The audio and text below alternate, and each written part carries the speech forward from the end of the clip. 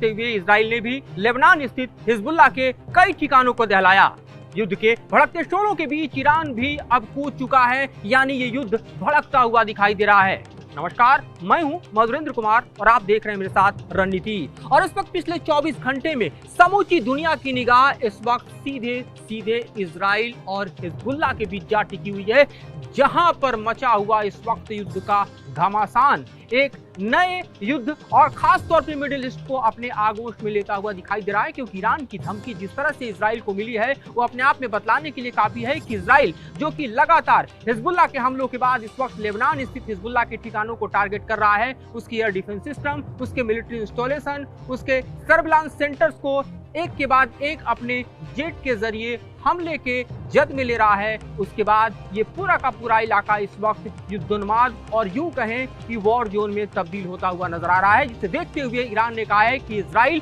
चेत जाए वरना गंभीर परिणाम उसे भुगतने होंगे। ये जो एस्केलेशन है वो किसी कीमत पर नहीं बर्दाश्त किया जाएगा। आप जानते हैं कि गोलान हाइट्स स्थित जो हमला है दरअसल हिजबुल्लाह ने किया, उस हमले में इजराइल के 12 बच्चे मारे गए। हालांकि हिजबुल्लाह ने कहा कि इस हमले की जिम्मेदारी वो नहीं लेता है, ये हमला उसने नहीं किया है, लेकिन इजराइल का कहना है कि तकरीबन 30 प्रोजेक्टाइल जो है वो लेबनान की तरफ से हिजबुल्लाह की ओर से आए और उनमें से एक उस सॉकर के फील्ड में जा गिरा जहां पर बच्चे और युवा खेल रहे थे और वो मारे गए। तकरीबन दर्जन भर बच्चों को अब दफना भी दिया गया है। लेकिन जिस तरह से इस हमले के बाद शोले भड़के हुए हैं, इस हमले के बाद जिस तरह से दोनों तरफ से सेलिंग हो रही है, इस हमले के बाद जिस तरह से रॉकेट और मिसाइलों का जखीरा हिजबुल्लाह और इजराइल एक दूसरे के खिलाफ प्रयोग कर रहे हैं, उसके चलते आप देखिए तो समूचा लेबनान टहल रहा है। इस वक्त जो रिपोर्ट्स हैं उसके साइट्स देखिए जो इस वक्त इजराइल हमला कर रहा है, उसमें खास तौर पे जो ईस्टर्न लेबनान का इलाका है वहां पर एक के बाद एक हमले के निशान देखे जा रहे हैं। खास तौर पे आप देखिए ईस्टर्न लेबनान का इस वक्त स्क्रीन पर बका वैली, यहाँ पर इजराइल ने अपने जेट हमले को अंजाम दिया है, यहाँ पर बॉम्बिंग की है, यहाँ पर अपने इजराइल ने वेपन्स का प्रयोग किया है। खास तौर पे लेबनान स्थित हिजबुल्लाह का बड़ा इंफ्रास्ट्रक्चर जो है वो बका वैली में है, जिसको टारगेट किया जा रहा है। उसके अलावा सबरिया का इलाका देखिए, इस इलाके में भी, और खास तौर पे बुज अल सेमल का इलाका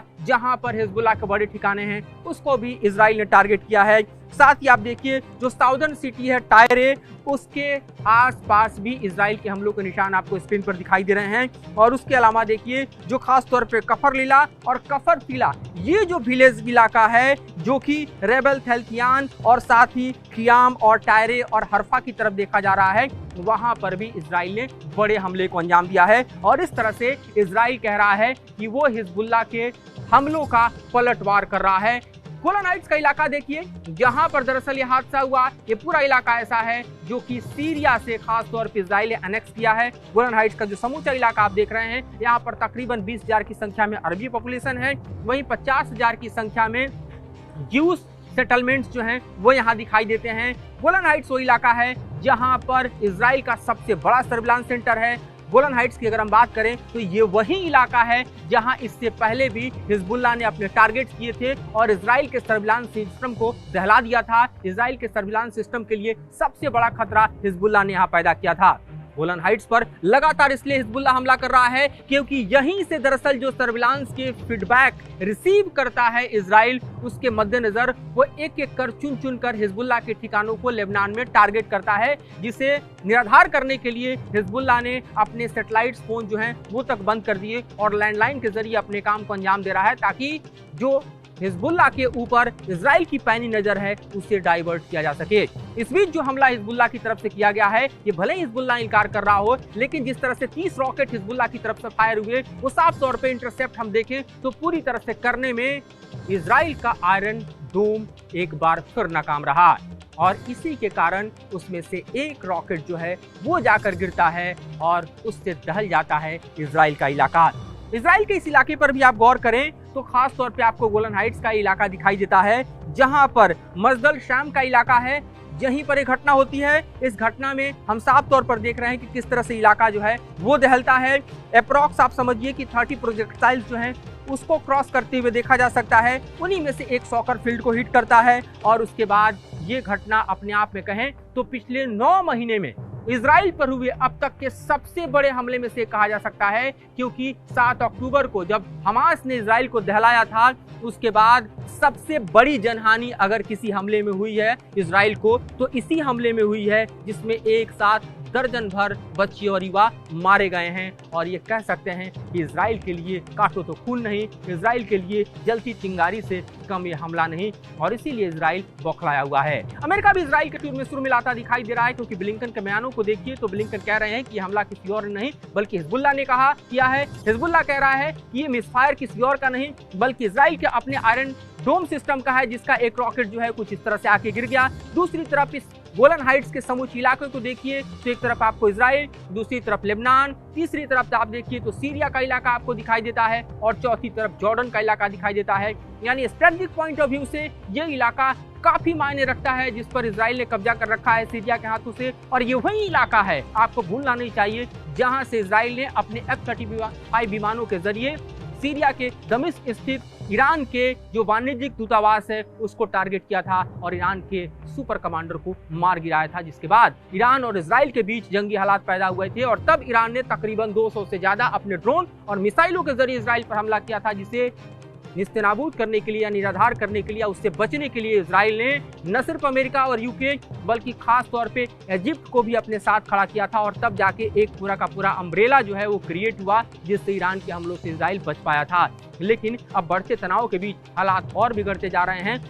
और खास तौर पर देखिए कि पिछले एक हफ्ते के भीतर हिजबुल्लाह और इजराइल के बीच का जो पूरा जंग है वो नया मोड़ लेता हुआ नजर आ रहा है। हिजबुल्लाह बेहद खतरनाक तरीके से इजराइल को टैकल कर रहा है, और इजराइल का आयरन डिफेंस सिस्टम हिजबुल्लाह के हमलों के आगे दम तोड़ रहा है। क्योंकि आप पिछले 3-4 बड़े हमलों को देखिए तो इजराइल के कई मिलिट्री इंस्टॉलेशन को टारगेट करने में हिजबुल्लाह ने कामयाबी हासिल की। इतना ही नहीं बल्कि हिजबुल्लाह का जो ड्रोन है, सर्विलांस ड्रोन है, वो इजराइल के मिलिट्री और एयर डिफेंस जो इंस्टॉलेशन हैं या फिर एयरफोर्स के इंस्टॉलेशन हैं, उन सब की मैपिंग करने में कामयाब रहा, डीप पेनिट्रेट करने में कामयाब रहा, और एक के बाद एक 3 वीडियो हिजबुल्लाह ने जारी करके बता दिया कि उसके निशाने पर किस तरह से इजराइल का समूचा डिफेंस सिस्टम है और साथ ही उसके डिफेंस नेटवर्क हैं। और ऐसे में इजराइल के लिए अब हिजबुल्लाह को टैकल करना कितना मुश्किल हो रहा है, इससे आप समझ सकते हैं। इन परिस्थितियों के बीच ये भी जानना आपके लिए बेहद जरूरी है कि पलटवार करते हुए इजराइल ने एक बार फिर गजा स्ट्रिप पर बड़ा हमला किया है, और वहां पर इजराइल के हमलों में तकरीबन आप समझिए कि 15 से ज्यादा बच्चे मारे गए हैं, 30 से ज्यादा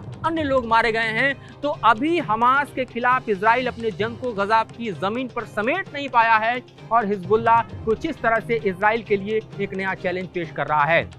हिजबुल्लाह को मिसकैलकुलेट करना इसलिए भी दरअसल इजराइल के लिए मुश्किल है, क्योंकि हिजबुल्लाह के पास लगभग 1.25 लाख से 1.5 लाख तक रॉकेट और मिसाइलों का जखीरा है। उसके पास ईरान का ड्रोन पावर है। उसके साथ ही आप देखिए तो 50,000 की संख्या में तकरीबन हिजबुल्लाह के पास ऐसे ट्रेंड लड़ाके हैं जो सीरिया की जमीन पर युद्ध लड़ चुके हैं और वेल प्रिपेयर्ड हैं। तो ऐसे में अगर किसी भी तरह का मिस एडवेंचर इजराइल हिजबुल्लाह के खिलाफ लेबनान की जमीन पर करता है तो उसके लिए बेहद मुश्किल होगा, क्योंकि लेबनान गाजा नहीं है और हिजबुल्लाह हमास नहीं है। तो ऐसे में आप समझिए कि इस वक्त इजराइल के लिए हिजबुल्लाह किस तरह से मुश्किलें बढ़ा रहा है, किस तरह से नई चुनौती पेश कर रहा है कि 9 महीने बाद हमास के बाद अगर इजराइल को दहलाने में इतनी बड़ी कामयाबी किसी ने हासिल की है तो हिजबुल्लाह ने की है, और इस तरह से वॉर एस्केलेट होता हुआ नजर आ रहा है। और ईरान की तरफ से धमकी के मायने आप यूं समझिए कि ईरान ने साफ तौर पे कह दिया है कि वो भी जंग के मैदान में कूदेगा अगर किसी भी तरह से इजराइल हिजबुल्लाह के खिलाफ या लेबनान के खिलाफ और ज्यादा युद्ध के शोले भड़काता है। तो फिलहाल ये स्थिति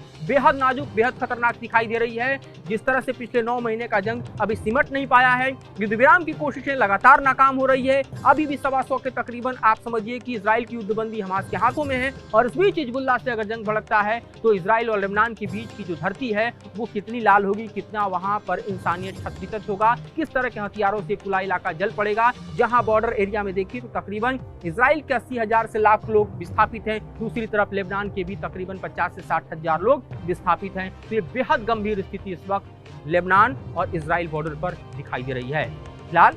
इससे जुड़ी इतनी ही जानकारी और विश्लेषण और खबरों के साथ हम आपके समक्ष आते रहेंगे। फिलहाल मुझे और मेरे